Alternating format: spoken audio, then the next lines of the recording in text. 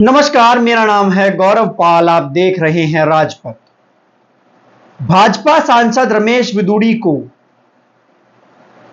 अपने साथी सांसद का अपमान करने, देश का अपमान करने, देश की संसद का अपमान करने और देश के नागरिकों का अपमान करने का इनाम मिल चुका है।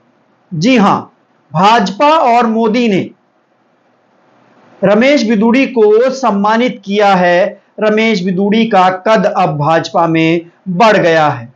इस सम्मान को देखकर भाजपा के और सांसद भी अपने साथी सांसदों पर, विपक्षी सांसदों पर ऐसी अमर्यादित टिप्पणी करेंगे और उसके बदले में, उसकी एवज में मोदी से सम्मान पाएंगे, रुतबा पाएंगे, रुबाब पाएंगे।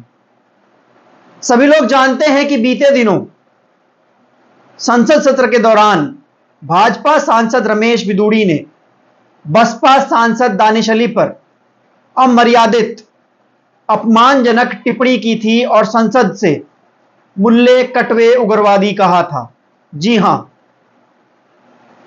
जिसके बाद देश की राजनीति में एक हलचल हो गई थी और ये पहला ऐसी घटना थी जब देश के संसद में किसी सांसद को सत्ताधारी सांसद द्वारा या दूसरे सांसद द्वारा इस प्रकार की बातें कही गई थी। जो बातें अब तक सड़कों पर कही जाती थी, वो बातें संसद तक पहुंच गई। भाजपा सांसद की इस घटिया घटना से देश के सभी नागरिकों का सर शर्म से झुक गया था। चारों तरफ एक ही सवाल पूछा जा रहा था कि क्या अब देश के नए संसद में ये गुंडों वाली भाषा बोली जाएगी। पूरे मामले ने तूल पकड़ा, इस मामले पर राजनीति हुई, लेकिन छोटी छोटी बातों पर सांसदों को संसद से निष्कासित कर देने वाले लोकसभा अध्यक्ष ओम बिड़ला ने इस पूरे मामले में रमेश बिदूड़ी पर कोई कार्रवाई नहीं की। यहां तक कि पार्टी ने भी रमेश बिदूड़ी पर कोई कार्रवाई नहीं की। जब रमेश बिदूड़ी ये आपत्तिजनक टिप्पणी कर रहे थे, ये बातें कह रहे थे, दानिश अली को मुल्ला कटवा उग्रवादी कह रहे थे, उस समय उनके बगल में बैठे दो वरिष्ठ भाजपा नेता, वरिष्ठ सांसद, मोदी सरकार में मंत्री रह चुके हर्षवर्धन और रविशंकर दोनों खिलखिलाकर हंस रहे थे। तो इस बात का पता तो तभी चल गया था कि रमेश बिदूड़ी पर कोई कार्रवाई नहीं होने वाली, क्योंकि उनके साथी सांसद इस पूरे प्रकरण का मजा ले रहे थे। लेकिन यह अनुमान नहीं लगाया जा रहा था कि रमेश बिदूड़ी को इतना बड़ा सम्मान दे दिया जाएगा, इतनी बड़ी जिम्मेदारी दे दी जाएगी। रमेश बिदूड़ी को अब दिल्ली नहीं, पूरे देश का नेता बना दिया जाएगा। आपको बता दें, रमेश बिदूड़ी दिल्ली दक्षिण के सांसद हैं। अपने नफरती बयानों के कारण जाने जाते हैं और इस नफरती बयान के बाद अब मोदी सरकार ने रमेश बिदूड़ी को सम्मान दिया है और राजस्थान में टोंक जिले का प्रभारी बनाकर भेज दिया है। जी हां, ये वही टोंक जिला है जहां से कांग्रेस के सचिन पायलट चुनाव लड़ते हैं। और बताया जा रहा है कि इतनी बड़ी जिम्मेदारी रमेश बिदूड़ी को राजस्थान में आगामी विधानसभा चुनाव को देखते हुए दी गई है, ताकि वहां पर भाजपा कांग्रेस को काउंटर कर सके, या फिर इसलिए दी गई हो जिस प्रकार के बयान रमेश बिदूड़ी अब तक संसद में दे रहे थे, यही बयान वो सड़कों पर जाकर देंगे, चुनाव से पहले सभाओं में देंगे, चुनाव में ध्रुवीकरण करेंगे, लोगों को बांटेंगे, आपस में लड़ाएंगे। शायद इसी चीज को देखते हुए यह जिम्मेदारी मोदी ने रमेश बिदूड़ी को दी है और जिसका फायदा आगामी चुनाव में भाजपा को मिलेगा। आपको बता दें, सचिन पायलट गुज्जर जाति से आते हैं और राजस्थान में गुजरों के बड़े नेता कहलाते हैं। ऐसे में जब कांग्रेस में दो धड़े बढ़ चुके हैं, एक गहलोत गुट, एक पायलट गुट।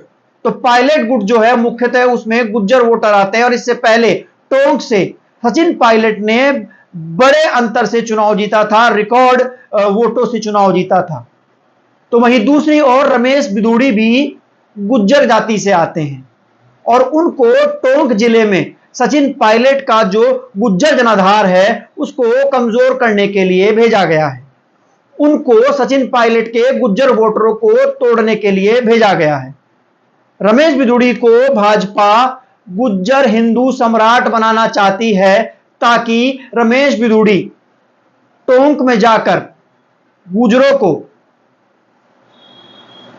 अपनी उस सांप्रदायिक कला से सांप्रदायिक बनाएं और आगामी विधानसभा चुनाव में पूरा चुनाव सांप्रदायिक हो जाए।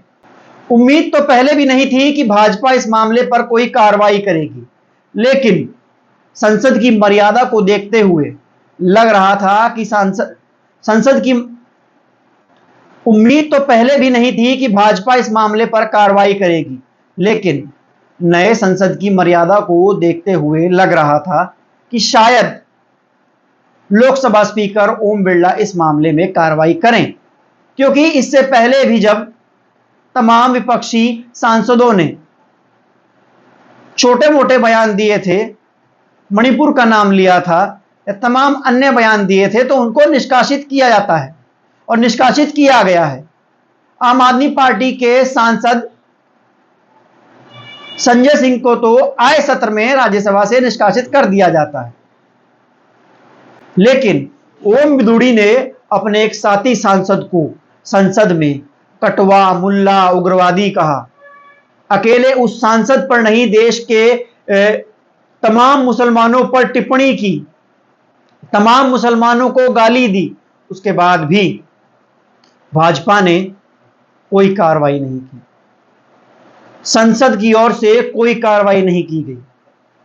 तो यह क्या साफ दर्शाता है कि अब आगामी ऐसी चीजें, ऐसी घटनाएं संसद में आम हो जाएंगी, या फिर चुनाव से पहले भाजपा एक सांप्रदायिक माहौल बनाना चाहती है ताकि चुनाव में उसको उस सांप्रदायिकता का लाभ मिले।